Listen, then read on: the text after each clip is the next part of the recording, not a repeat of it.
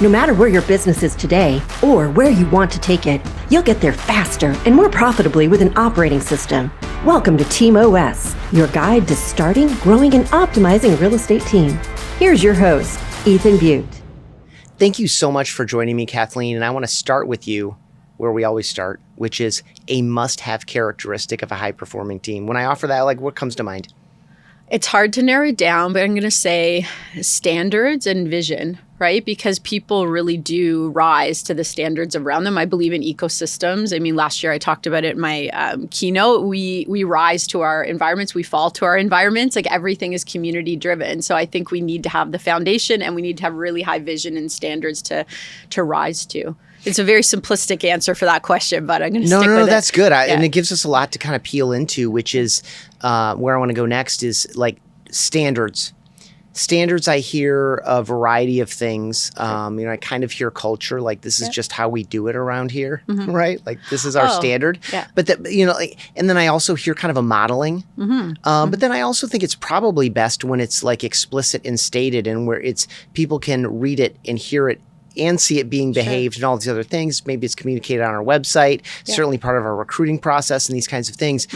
What does standards mean to you? All those things, some of those things, or one of those things more than other things? Yeah, I think we want to have people so rooted down in the standards that they're not even thinking about them. They're reaching up for much higher, because if we're looking at our minimums all the time, we're not aspiring for what we could do. So I spend a lot of time in the team world. I mean, that's what I've done. And what we find is sometimes we miss that middle step, right? You go from solopreneur, the middle step is where you build the foundation, the systems, the processes, the tech, all the things you need to power up other people. And often a high majority of teams will miss that step and then get into this team space, and it's chaos because we don't have an aligned, guiding principles. Maybe we have a mission statement and we have a vision, but we don't know when you're in a pinch, how do you make decisions, right? And what are our core go-to communication techniques? And we hear so much about data right now, which I'm a huge believer in, but once you have the data, we need standards on what are the tools that help us help our consumer, and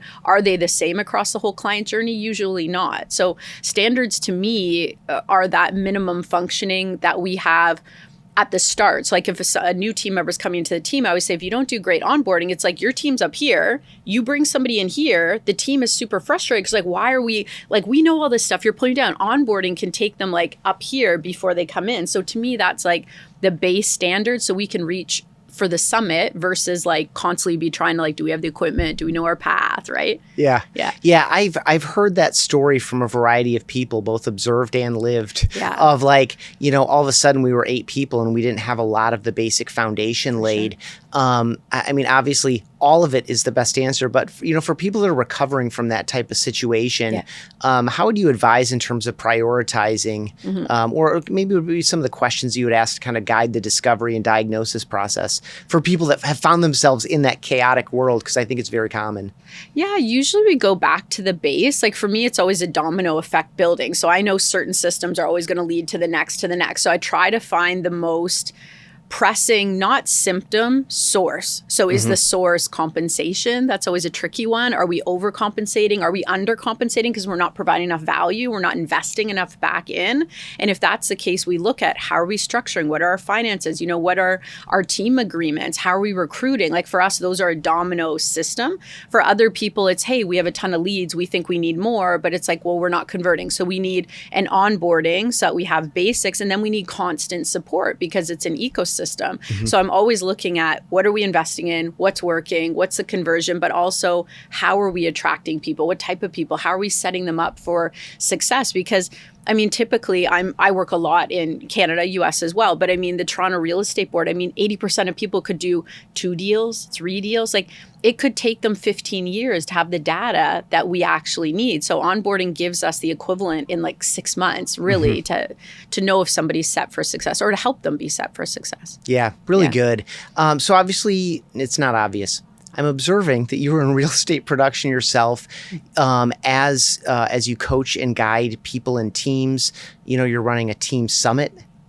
Yeah, we're rebranding this year, Okay. actually. So I ran 8 Canadian Team Summits, and then I ran 7 Ultimate Team Summits, and now we're running Kathleen Black Summit because everyone calls it that anyway. So Awesome. Yeah. So we have a team of 20 coaches. So I did sell, and then I moved into coaching, and now I run our coaching and largely speaking. Yeah. Yeah. So when, just talk about the team orientation, like Sure. from your perspective, kind of past, present, future of the team model in real estate. Yeah. When did it really come onto your radar? Mm-hmm. What do you think is promising about it, and maybe where is it going?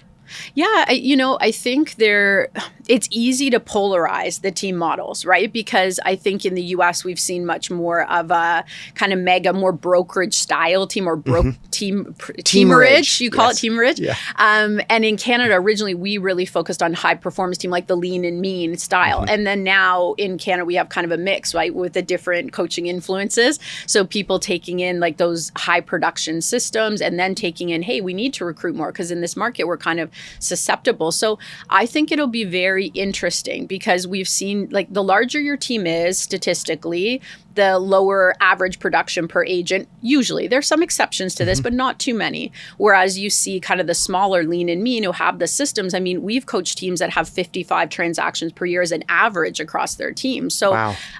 It'll be very interesting because they both have pros and cons. The lean and mean they have the same issues of, can we adapt our team members into this market? Can we do the walk? Because, I mean, I love to hike, right? I summit Kilimanjaro last year. It's like, you can't summit the big mountains. Like, you can't survive in high altitude with people on your back. Like, you just can't do it. So if we're spending too much time trying to get people to walk, get them to pick up their equipment, our entire team suffers, right? And we're seeing that right now. Like, we're seeing team leaders like investing time into people that is impacting the team, but we're unfortunately not impacting the people we're investing in positively, which is really hard as a leader. It's heartbreaking as a leader because you want to help people. So I think we're going to see them be a little bit more susceptible. If they don't have enough people, they can have that hit because one producer is covering a lot of volume. Yeah. But on the other side, the big teams, I mean, if your average production per agent is 8, which is not unusual, maybe it was 6, maybe it was 10, and all of a sudden that's cut by 40% or 50%, that's a big issue because you don't have that ability to survive, to pay your bills. And when there's scarcity, people look for a beacon, right? Or they leave the industry, which we're seeing as well. So I think it'll sharpen teams who lean into it. I think they'll become better, and we'll see powerhouses coming out of this time because they'll become much more lean and efficient. Even the big ones, I think, will in some ways. Yeah. Yeah. I really appreciate that observation. And I've heard a lot about kind of the messy middle of this journey. And I'm sure you've worked with people in it. You know, the smaller teams potential to be highly profitable, even in kind of tougher situations. Sure. Margin compressed at the high end, but the volume makes up for that and is still a very lucrative business. But in that middle, there are a number of people who don't make it. Yeah. Right? They want to get out of the small for whatever compels them. Yeah. And they get stuck in the middle. I've even heard it described as a black hole. Have you observed similar? And what are some of the cautions for people who are kind of on the edge of like, you know, let's really kind of lean into this right now. Yeah. We think we have the foundation to build on. Sure. Give a couple pieces of advice for that person.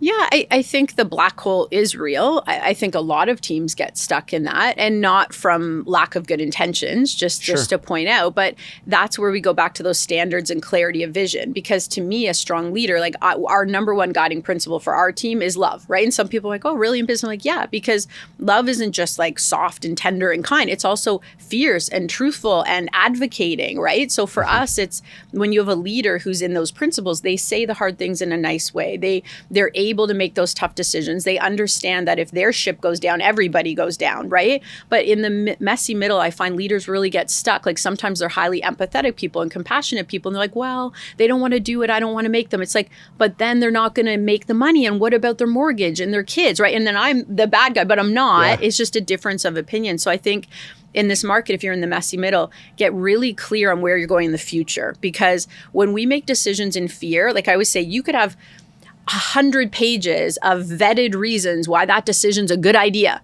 But you take that decision and you put it in a trajectory of 5 years, 10 years, 20 years, and all of a sudden, all those reasons that fear told you are real are going to fall. I love doing that. So like, people management is the hardest part for most team leaders, right? Even for me with my team, right? Because I lean more on the introverted and analytical. So I always ground in where are we going? Some people are like, well, is that cutthroat because it's business? It's like, no, because if the business isn't strong, if it doesn't serve the business, that person probably isn't going to thrive in our environment. And that's not fair to them or to me. So I think being very clear on where you're going, why, and being willing to have standards that are actually there to help people thrive. Like, that's a beautiful thing in my experience. Mm-hmm. Yeah, really good. And you actually really did a nice job of teasing where I wanted to go anyway, which is your own leadership style. Yeah. How do you describe that? Because like so many folks listening to this show and watching it, Sure. You're an entrepreneur, you're a team leader. I would call you probably now, you're not even real estate adjacent. You're still in, and you're still doing a lot of work with teams. Yeah, we still do. Like, my books and my keynotes are not real estate specific. I deal with high performance and mindset. Like, that's my love in life, is to shift people. I just love it. That's my passion. So your own leadership style, because you are an entrepreneur and a team leader yourself. Yes. And this is interesting because I was preparing for this event actually with that. And it was like the number one thing is knowing ourselves and dropping the ego of we know everything. And I think when I first got into business, I thought I was supposed to know everything. Like, I didn't know any different. I didn't want anyone to know I had weaknesses or I was struggling. And now the number one thing is, hey, I'm struggling with this. Like, how are you doing it? Right. So I think knowing ourselves, and for me, I'm a quick work pace, which has been good and bad. So now I have buffer people because I have full reverence and respect for the slower work pace and the details and the analysis. I need those people so much, right? I have such love for those people, but I drive them crazy because like I talk fast and I have a big vision. Like, we get where you're trying to go, but it's confusing. So now I've learned that I need more of a management relationship based archetype, which is a little more rare, outgoing, but management in buffering between. So my leadership style is very strategic, big vision. Like, we want to change the world. We have a big mission for contribution. And it's very much, I love working with other entrepreneurs who want to show up and want to do the work. I'm not as great sometimes as a leader with people who I can't shift out of a lot of excuses. Like, I find it really tough because, we believe in people, right? We want to help them. And I can't help people argue for their own limitations. I can't do that. And that can seem harsh sometimes. Yeah, it's interesting. You're right at the edge of kind of shared accountability. Yeah. As well as personal responsibility. Like, you can lay out clear expectations, you can communicate them, you can collaboratively set goals and things. Yeah. But there's no way that you personally as a leader can cover the personal responsibility gap. You can. And I think we all have unique, like, I'm a DC personality in DISC, but I'm an INTJ in Myers-Briggs, right? So this is a war zone, right? You want it done perfectly and immediately. And the INTJ in women is like 0.08% of the population. Okay. So, feeling misunderstood is normal. Like, you have to just be like, I have these gifts because I think differently, and I just have to understand that. Yeah. Right. And I think leaders, like a lot of leaders, are like, oh, yeah, that's true. Like, we're not always going to be understood because we all have unique gifts. Yeah. Awesome. I want to draw what I imagine is a fair parallel between your own journey in coaching and leading and guiding people and, generally a high producing real estate agent who says, you know what, I have so much opportunity. I need to either leverage my time with some administrative support. I want to bring, a buying agent alongside me in this thing. Sure. And we just get going. And at a certain point, when a productive team leader decides to leave production, that's like a big leap. Sure. And you wonder, is the level of service and all the things that I did to build this business and the reputation I built and all these things. Now I'm drawing the parallel to you. I assume that when you started coaching, you didn't have a team of coaches. You maybe had a couple alongside you. Mm-hmm. You set a standard, you built a reputation, you're winning through probably a lot of word of mouth. Sure. And now you have a team, I think you said 20 coaches. Yeah, and some expert coaches that come in and some full-time. So how do you manage your own initial vision and reputation that's delivered in a very human-to-human way through a diversity of people who have different profiles from yourself? How important is consistency across that experience from your perspective? Mm-hmm. Or do you just kind of let it go and accept that when it kind of, she's going to do it a little bit that way, he's going to be doing it a little bit that way, and we're all doing it about the same, and now Kathleen Black means something a little bit different, richer, and we can reach more people. Mm-hmm. Like there's, I just observe a tension in that. There's no question formed, I don't think. But is that idea fair? And how do you think about that that dimension of what you're doing as you scale your own business? Yeah, I mean, we purposely model what we coach. So we walk the talk as much as possible. Nobody's perfect, but we model it on purpose because I think, moving from I win because I'm on the field and I scored the goal or the point or whatever the heck it is to, oh my gosh, I only win when they win. That sounds obvious, right? Leaders build leaders. That sounds obvious. It is such a difficult transition. I cost my business money because the business was ready to grow. The business was ready to scale. I wasn't. I had to expand that's the honest truth. And now I have compassion for that because that happens with so many of our leaders. And in a challenging market, they're like, I'm going to dive back in and again, put you all on my back. And it's like, whoa, like we have to have a strong bench. So yeah, I practice what I preach in that our coaches all go through pretty strenuous onboarding. Like they need to know all of our systems and team systems. It's massive, right? But I learned something very important from myself, ironically. This is not an egotistical way of saying it, but I was on stage at our Ultimate Team Summit and I was talking about, when you bring in a sales agent, like our goal is to get them 98% or onboarding 80% coming out the door compared to all other agents in the area. And people are like, that's not realistic. I'm like, yes, it is. Because if you take the core things that they do and you take away all the other like noise that we want to throw in there because we don't know what to onboard people on. So it's like, let's just use 300 things. And instead we're like, we're going to make them like laser focused on the core skill sets and test them and encourage them and then support them as they go out there in those core things. We are going to have people like, again, 80% coming into the team and then they just go up and up. And half the people won't even survive that training. They won't pass it. They can't show up. But I had the aha on stage of like, oh my gosh, you're trying to take, like at this point, it's 15 years of like full-time team coaching and transfer this to every coach. I'm like, what are you doing? Because I always talk about the genius of the Ford model, but the problem was we lacked the reverence for people, empowering and valuing quality people. And it's just so important, right?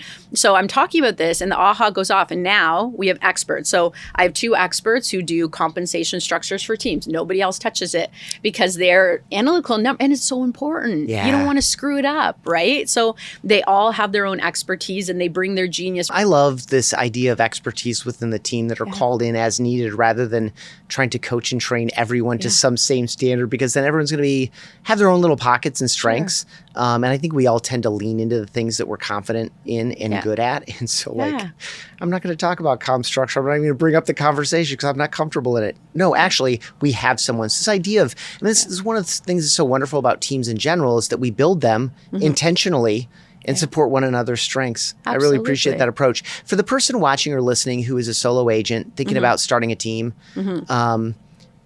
maybe what questions would you ask them, or what would you advise them to make sure they're clear on as they're in the decision-making process about whether to make that commitment? Yeah, and I wrote my first book, Top 1% Life, because when I started coaching, I was coaching with really busy top producers. A lot of them didn't necessarily have admins, and I was able to walk that journey. And now I can't go back. So I wrote the book for that. And we have a chapter on it in analyzing exactly that. Like, what's your production levels? How much are you making per hour? And most of the time, right now we're in a market shift, so I'd be extra. I'm big into educated risk, but educated risk. Yeah. So I'd ask a few more questions. But typically what we found in the last 10 years, most of the people who are hesitating to hire admins who are actually producing well, they actually were demoting themselves by not hiring that admin. They needed that leverage. And I mean, when we look at women in the industry, like the statistics are very clear. Like they're doing phenomenally higher percentages of things outside of their career before they come in, but they're hiring help at half the rate. This is like so important to know, to say, well, I'm doing more, but I'm getting less help and I'm hesitating to get that help. So it's a different conversation for women in leadership. So we really look at their life, not just their business. Like, hey, if you're doing kid drop off and you're doing laundry and you're doing this, that counts. Like put all the things that you're doing. And then what are your hours worth and what's your energy? What's your energy? Because for me as a leader, being my personality, it took me a long time before I actually heard, are you having fun? Like I didn't even process this. I was like, what do you mean fun? Like this has to be done, right? And now I'm like, oh, that makes me tired. Why am I doing that? Because it's costing me the things I need to do. And I think there's both. There's the energy conversation, there's the time conversation, there's a money conversation. So we look at what are you making? What is it worth in the market to have somebody else do the other things? And now today, compared to when I started, there's so many ways to leverage things out with technology and, VAs and so many things that are reasonable. So we assess and run all those numbers, or they can do it. It's it's on Audible, use the book to go through exactly our process, because I don't have an hour or two right now. Yeah. And to move forward, I think I'm tempted to say be more careful in this market, but the truth is you need leverage even more in this market, because if you don't have the time to be face-to-face and you can't be there with clients, you're going to suffer, and that's going to cost you a lot more for most people watching this. Yeah, you mentioned fear a bit earlier, and I think a lot of it is in fear, and I think some of it is in I see the cost and I'm overweighing the cost. I'm not recognizing the full benefit, and also you did a nice job of breaking down, like you're not doing a full accounting of all the other pieces that are in play, and so it's the we're not going to have fun all the time. No, we're We're not. going to have a little bit more fun than we are. Awesome. Yeah. And I'll link the book up adjacent to wherever folks are watching and listening to this.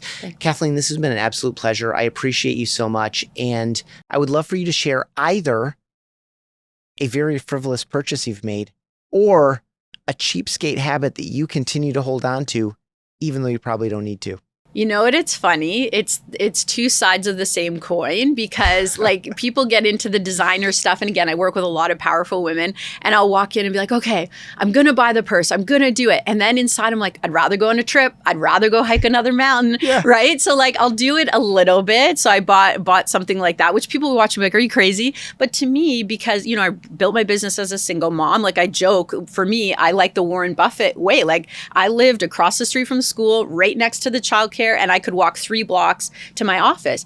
That's not an accident. Yeah. So I've been really not frivolous. I've been really careful with time, energy, and money, because honestly, I wouldn't have been able to compete in business the way that I had if I was stressing about money to pay my mortgage or are my kids okay? So I had to level the playing field a little bit. So I'm really frugal with a lot of things still, because I value experiences and freedom. Yeah. And I don't care about a lot of the other stuff, other than my son convinced me to buy a Porsche, and I don't regret that. So some people might call me on that one. I love it every time I drive it. That's awesome. Yeah. I'm a big Consumer Reports reader, and they were very favorable on the Porsche brand, like over the past 5 years or so. So smart purchase too. Thank you. I enjoy it.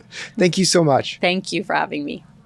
Thanks for checking out this episode of Team OS. Get quick insights all the time by checking out Real Estate Team OS on Instagram and on TikTok.